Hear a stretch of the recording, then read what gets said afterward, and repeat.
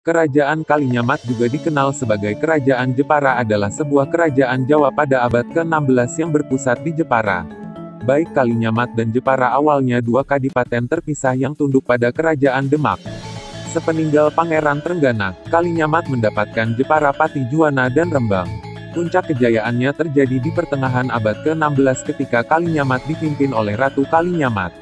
Pada tahun 1551 dan 1574, Kalinyamat melakukan ekspedisi ke Melaka Portugis untuk mengusir Portugal dari Hindia Timur sementara meluaskan kekuasaannya ke luar Jawa, seperti Kalimantan Barat dan Pulau Bawean.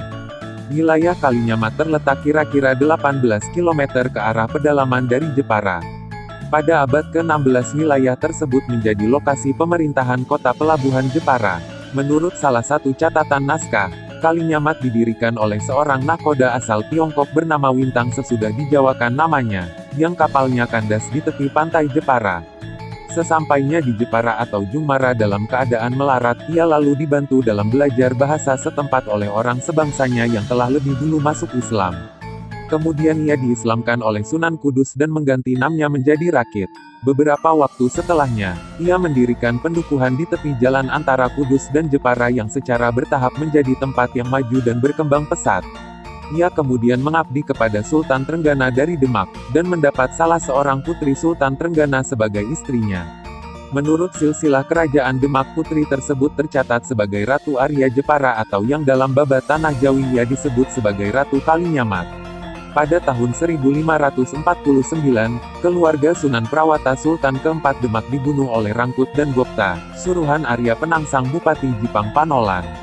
Ratu Kalinyamat menemukan keris Kiai Betok milik Sunan Kudus menancap pada mayat kakaknya itu. Maka Pangeran dan Ratu Kalinyamat pun berangkat ke Kudus minta penjelasan.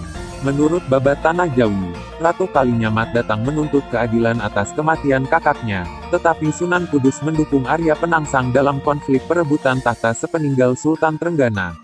Ia menjelaskan bahwa semasa muda Sunan Prawata pernah membunuh Pangeran Sekar Sedaing-Lepen, ayah Arya Penangsang. Jadi, Sunan Kudus melihatnya sebagai balasan yang setimpal.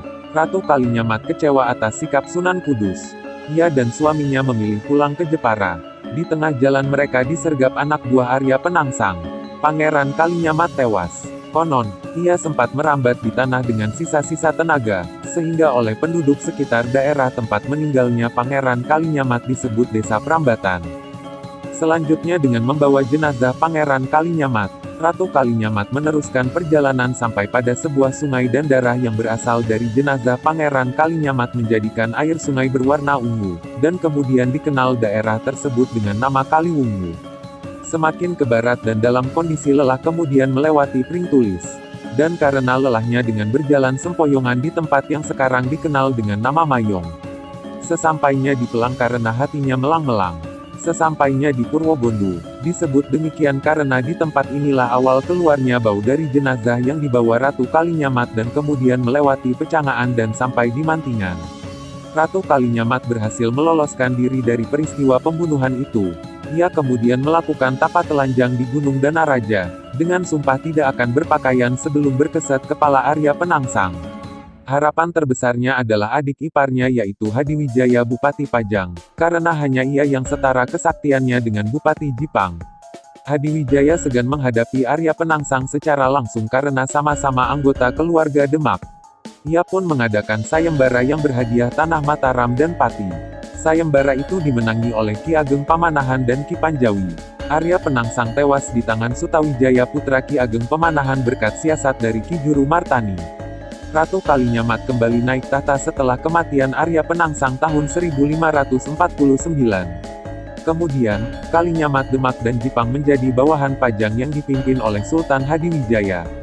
Meskipun demikian, Hadiwijaya tetap memperlakukan Ratu Kalinyamat sebagai tokoh senior yang dihormati bahkan Hadiwijaya tidak berniat membawahi Kalinyamat.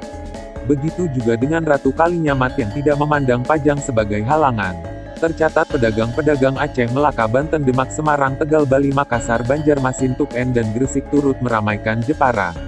Dapat dikatakan pelabuhan Jepara menjadi tempat transaksi perdagangan berskala internasional. Ratu Kalinyamat pun memungut cukai bagi setiap kapal yang bertransaksi di pelabuhan Jepara. Hasil perdagangan beras dan cukai tersebut menjadikan Jepara sebagai kerajaan yang makmur kaya raya. Dengan kekayaannya Ratu Kalinyamat membangun armada laut yang sangat kuat untuk melindungi kerajaannya yang bercorak maritim. Sebagai kerajaan maritim yang bercorak Islam, kerajaan Jepara sangat dihormati dan disegani oleh kerajaan-kerajaan Islam lainnya. Kekuatan armada laut kerajaan Jepara sudah tersohor di seluruh Nusantara. Banyak kerajaan-kerajaan lain yang meminta bantuan armada laut Jepara untuk melindungi negerinya. Saat itu Ratu Kalinyamat sangat berpengaruh di Pulau Jawa. Ia adalah ratu yang memiliki posisi politik yang kuat dan kondisi ekonomi yang kaya raya. Ia menjalin hubungan diplomatik yang sangat baik dengan kerajaan-kerajaan maritim Islam lainnya. Jepara menjalin hubungan diplomatik dengan Kerajaan Johor, Kesultanan Aceh, Kesultanan Banten, Kesultanan Cirebon, Ambon, dan Kesultanan Demak. Ratu Kalinyamat sebagaimana Bupati Jepara sebelumnya, Pati Unus, bersikap anti terhadap Portugis. Pada tahun 1550 ia mengirim 4.000 tentara Jepara dalam 40 buah kapal memenuhi permintaan Sultan Johor untuk membebaskan Melaka dari kekuasaan bangsa Eropa itu. Pasukan Jepara itu kemudian bergabung dengan pasukan Persekutuan Melayu hingga mencapai 200 kapal perang. Pasukan gabungan tersebut menyerang dari utara dan berhasil merebut sebagian Melaka. Namun Portugis berhasil membalasnya. Pasukan Persekutuan Melayu dapat dipukul mundur sementara pasukan Jepara masih bertahan. Baru setelah pemimpinnya gugur, pasukan Jepara ditarik mundur. Pertempuran selanjutnya masih terjadi di pantai dan laut yang menewaskan 2.000 prajurit Jepara.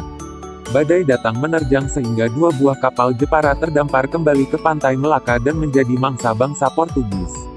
Prajurit Jepara yang berhasil kembali ke Jawa tidak lebih dari setengah dari yang berhasil meninggalkan Melaka. Pada tahun 1564 Sultan Ali Riayat Shah dari Kesultanan Aceh meminta bantuan Demak untuk menyerang Portugis di Melaka.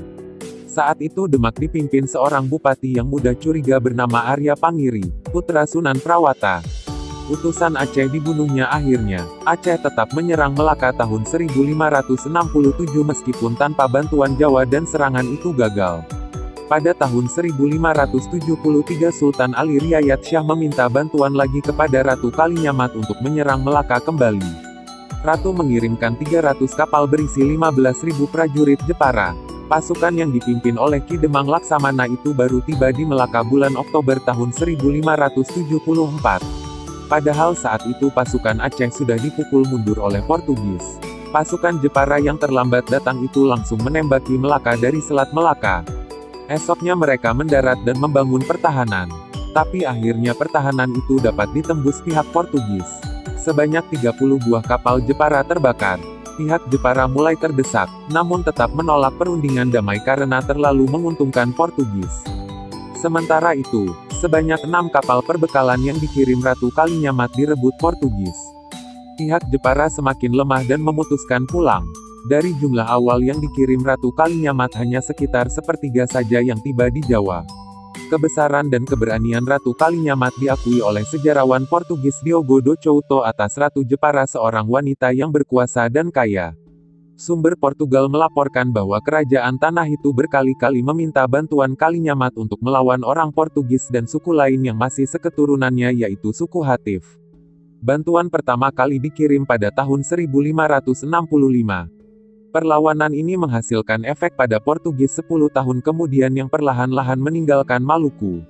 Setelah meninggal pada tahun 1579, Ratu Kalinyamat digantikan oleh anak angkatnya Pangeran Arya Jepara. Meskipun tidak sekuat bibinya kekuasaannya di laut masih dihormati.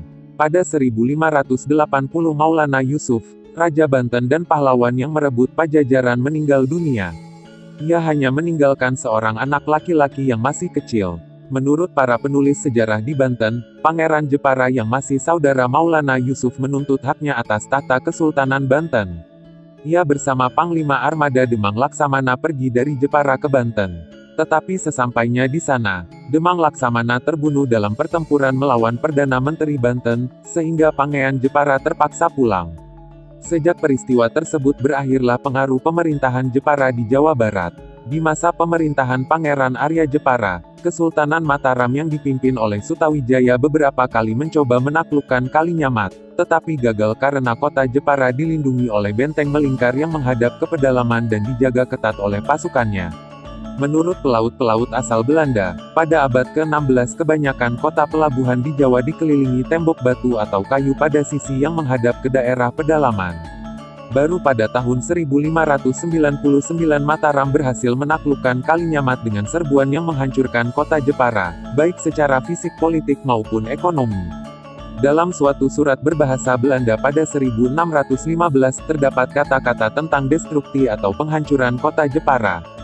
Serangan Kesultanan Mataram dari pedalaman ke kota-kota pelabuhan pesisir mengakibatkan kerusakan yang berat, dan kemungkinan termasuk kerajaan Kalinyamat menjadi salah satu bagian dari korban serangan tersebut.